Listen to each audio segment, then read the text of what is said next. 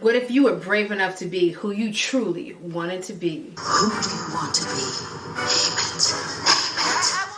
be? In this episode, Hippolyta uses the orrery, which is not a basic ass time machine. It's a multiverse machine, and she goes through a journey guided by powerful black women.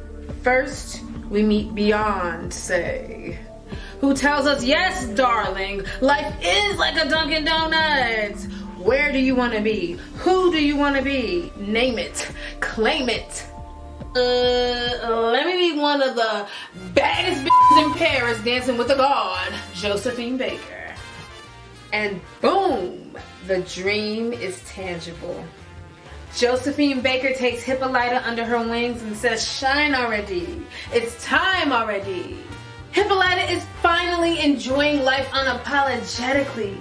She's dancing freely. She's drinking and doing cocaine with Frida Kahlo.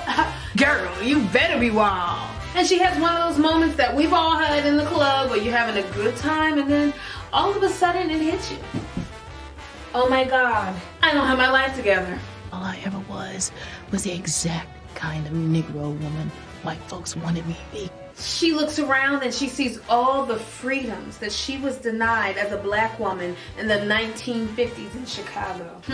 Yeah, I'm pissed now. It's time for some payback, motherfucker. Ladies, it's time to suit up. And that bitter cup of resentment materialized into an ancient ancestral Dahomey Amazon warrior battling the Confederate Army. Yes! Yes! And that Confederate stinking blood that was spilled represents something that ain't nobody got time for. Limits that were put on Hippolyta's life by a racist white society. Now, if you wouldn't have started no, it wouldn't have been none. Now, we get back to George. We love Uncle George, but Uncle George was low-key trifling too because he was aiding and abetting the shrinkage of Hippolyta. Kid, I thought I was big enough to have every right to name something out of this world. Yeah, because Hippolyta totally wanted to stay home and cook grits while you're out living your best life. Yeah, that's exactly how she envisioned her life going. Once Uncle George accepts what she says, they can travel the universe together.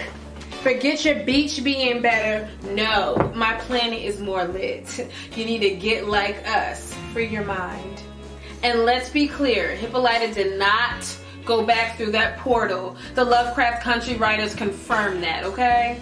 How could you go from being every woman in the universe to going back to Earth to shrink so small just to survive? It was an impossibility, so she chose herself and she chose life in the multiverse. Go, Hippolyta, go! Did you catch the author of the Lovecraft Country book in the show?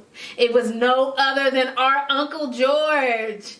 Did he predict this whole thing? Woo! This was a powerful episode. I really felt this, John, because on one hand, I went from seeing limits, and then on the other hand, I went from being Blue Ivy. Never seen a ceiling in my whole life. Yeah. I will see you guys next week. Drop down in the comments and let me know what you think. Boom shakalaka, boom shakalaka. Oh, everything and flaka, everything and shaka.